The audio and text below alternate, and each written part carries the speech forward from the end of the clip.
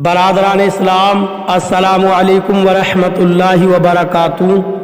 آپ حضرات سے گزارش کی جاتی ہے کہ خود بھی قرآن کریم کی تلاوت، ترجمہ اور تفسیر سماعت کیجیے، اپنے عزیز و اقارب رشتہ دار کو بھی شیئر کیجیے تاکہ آپ اس کے ذریعے صدقہ جاریہ کے مستحق ہو جائیں۔ اعوذ باللہ من الشیطان الرجیم، بسم اللہ الرحمن الرحیم۔ انا ارسلنا علیہم ریحا صرصرا فی یوم نحس مستمر تنزع الناس کأنہم اعجاز نخل منقعر۔ ترجمہ کنز ایمان۔ اللہ کے نام سے شروع جو نہایت مہربان رحم والا۔ بے شک ہم نے ان پر ایک سخت آندھی بھیجی ایسے دن میں جس کی نحوست ان پر ہمیشہ کے لیے رہی، لوگوں کو یوں دے مارتی تھی کہ گویا وہ اکھڑی ہوئی کھجوروں کے ڈنڈ ہیں۔ ترجمہ کنز العرفان۔ بے شک ہم نے ان پر ایسے دن میں ایک سخت آندھی بھیجی جس کی نحوست ان پر ہمیشہ کے لیے رہی، وہ آندھی لوگوں کو یوں اکھیڑ مارتی تھی گویا وہ اکھڑی ہوئی کھجوروں کے سوکھے تنے ہوں۔ انا ارسلنا علیہم ریحا صرصرا، بے شک ہم نے ان پر ایک سخت آندھی بھیجی۔ اس آیت سے قوم عاد پر آنے والے عذاب کی کیفیت بیان کی جا رہی ہے۔ چنانچہ اس آیت اور اس کے بعد والی آیت میں اللہ تعالیٰ نے ارشاد فرمایا کہ بے شک ہم نے قوم عاد پر ایسے دن میں ایک بہت تیز چلنے والی، نہایت ٹھنڈی اور سخت سناٹے والی آندھی بھیجی جس کی نحوست ان پر ہمیشہ کے لیے رہی، حتیٰ کہ ان میں سے کوئی نہ بچا اور وہ سب ہلاک ہو گئے۔ وہ آندھی لوگوں کو زمین سے یوں اکھیڑ دیتی تھی گویا وہ اکھڑی ہوئی کھجوروں کے سوکھے تنے ہوں، اور پھر وہ سر کے بل انہیں زمین پر اس طرح دے مارتی کہ ان کے سر تن سے جدا ہو جاتے تھے۔ اور جس دن وہ آندھی آئی تھی وہ دن مہینے کا آخری بدھ تھا۔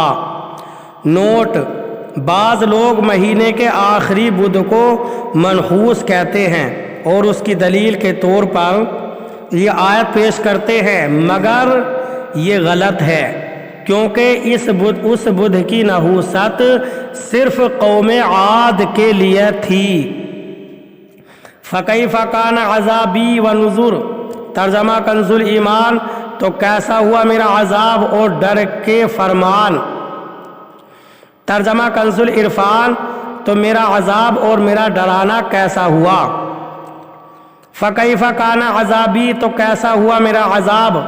علامہ اسماعیل حقی رحمۃ اللہ تعالی علیہ قوم عاد کے واقعے میں 2 مرتبہ فَكَيْفَ كَانَ عَذَابِي وَنُذُرِ فرمائے جانے کی ایک وجہ نقل کرتے ہوئے لکھتے ہیں، اس کی وجہ یہ ہے کہ پہلے مقام پر دنیاوی عذاب کا ذکر ہے اور اس مقام پر اخروی عذاب کا ذکر ہے، جیسا کہ ایک اور مقام پر ان کا واقعہ بیان کرتے ہوئے اللہ تعالیٰ نے ارشاد فرمایا،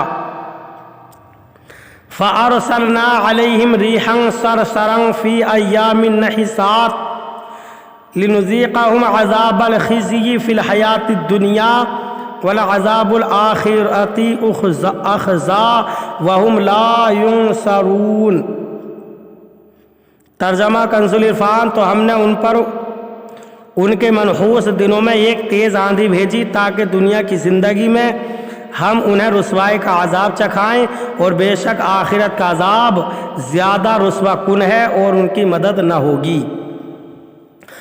اور ایک قول یہ نقل کیا ہے کہ پہلے مقام پر قوم عاد کو ان کی ہلاکت سے پہلے ڈرایا گیا اور اس مقام پر قوم عاد کی ہلاکت کے بعد دوسروں کو ان پر آنے والے عذاب سے ڈرایا گیا۔ وَلَقَدْ يَسَّرْنَا الْقُرْآنَ لِلذِّكْرِ فَهَلْ مِن مُدَّكِرٍ۔ ترجمہ کنز ایمان۔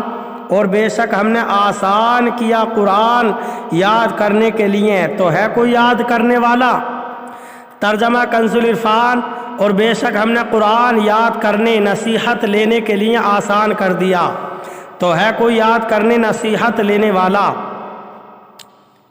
وَلَقَدْ يَسَّرْنَا الْقُرْآنَ لِلذِّكْرِ۔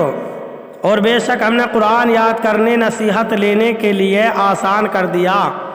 قرآن پاک کے علاوہ جتنی آسمانی کتابیں نازل ہوئیں وہ صرف انبیاء اکرام علیہم الصلاۃ والسلام کو زبانی یاد تھیں، اور ان کی امت کے لوگ صرف دیکھ کر ہی ان کی تلاوت کر سکتے ہیں، جبکہ اللہ تعالیٰ نے اپنے حبیب صلی اللہ علیہ وسلم کی امت کے لوگ صرف دیکھ کر ہی ان کی تلاوت کر سکتے ہیں، جبکہ اللہ تعالیٰ نے اپنے حبیب صلی اللہ علیہ وسلم کی امت کو یہ جو خصوصیت عطا فرمائی ہے کہ ان میں چھوٹوں سے لے کر بڑوں تک بے شمار ایسے لوگ موجود ہیں جنہیں قرآن پاک زبانی یاد ہے۔ حدیث قدسی میں ہے، اللہ تعالیٰ نے اپنے حبیب صلی اللہ علیہ وسلم سے ارشاد فرمایا، جعلت من امتک اقواما قلوبہم اناجیلہم۔